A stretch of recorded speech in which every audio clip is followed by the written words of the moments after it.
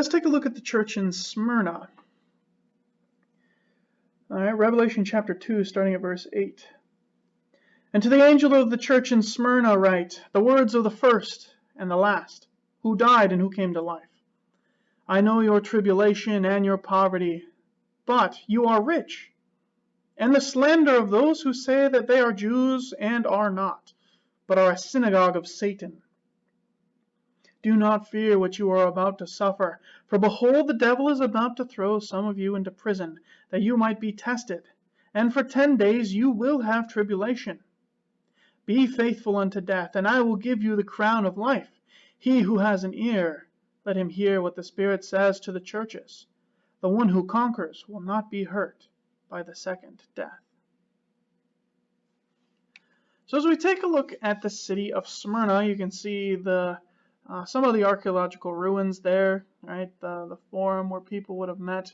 You can also see in the background that it still has, it's still a city, right? People still live there. But the city itself has a couple of interesting things that come along with it.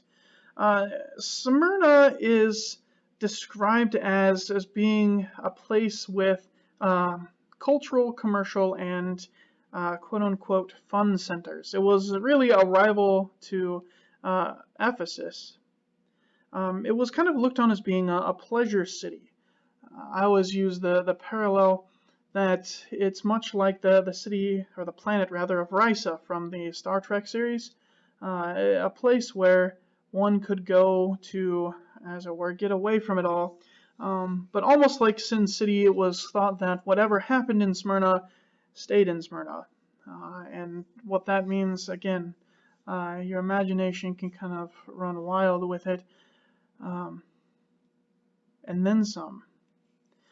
But beyond that, Smyrna also had some redeeming qualities.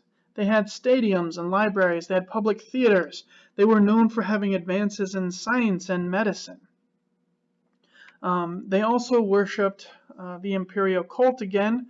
The emperor worship, you'll recall. The chief goddess of their city, though, was the goddess Sybil, who was the mother goddess. You may know her as Hera from other mythologies. They also followed after Dionysus, the god of wine in the theater. What we see happening there is a lot of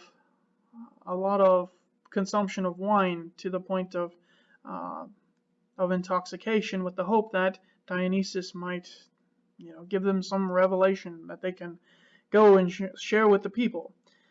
So it becomes really, when you boil it all down, as you take a look at the culture of Smyrna, they did have some redeeming qualities, like sciences and medicines that they were advancing, but when you put it all together, Smyrna was a city that was spiritually dead. People were trying to fill the voids in their life with other things that didn't actually fill them. And so Christ calls them, a city that's materially rich. They have great wealth. They have fine linens and money everywhere. But they're poor. They're spiritually poor. The Christians there don't understand what it means to be Christian. Not that they need to sacrifice all their wealth, but that they need to understand that wealth is a blessing that they need to use to help others. And that became the thing that the people of Smyrna, the church at Smyrna, forgot. Interestingly enough, right, Christ also calls them out for blasphemy, for the slander, as it were, of those who attack them, from the synagogue of Satan, which I'll talk about in a second. But the interesting thing I want you to consider as we look at Smyrna is that blasphemy is that slanderous and abusive speech that goes against God's people. Right? It causes them to question their faith, and it really becomes one of the hearts of what Christ is trying to teach the people at Smyrna.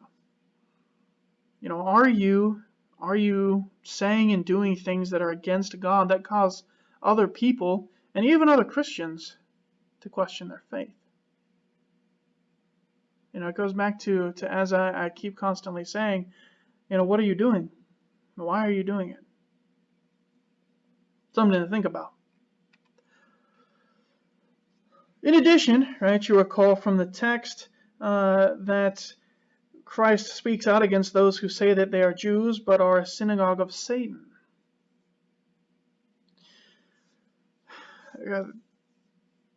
People have debated about what this actually means. Some say that it was Jews slandering the Christians, right? Think about it, Jews meet in a synagogue. So, is this, since we're talking about those who claim to be Jews but are not, are there Jews in the city of Smyrna that are, attacking the Christians, telling lies about them? But there's some other interesting ideas that go along with this too. So the question becomes, was this something that was being looked at? This imperial temple cult. The interesting thing with this is that some people argue, is this stemming from the science academies, right? The sciences and medicines. The interesting thing becomes that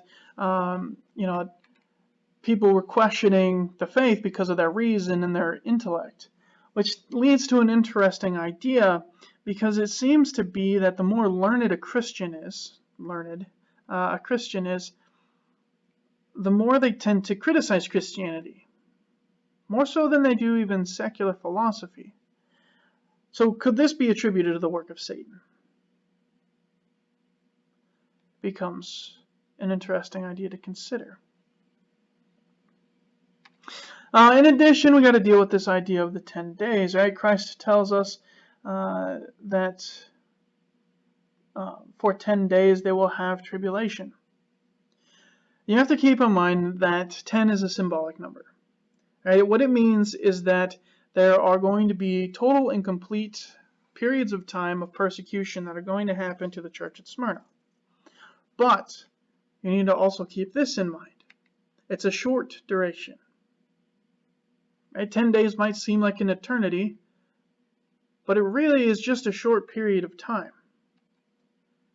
Again, it's a time that is set by God and that God controls, and it's a reminder that God's people will face suffering, but they should be encouraged. Right? Christ writes to his church at Smyrna. He tells them, do not be afraid, but be faithful. Because that's the remedy to fear. It's the fix, if you will. The remedy to fear is faith.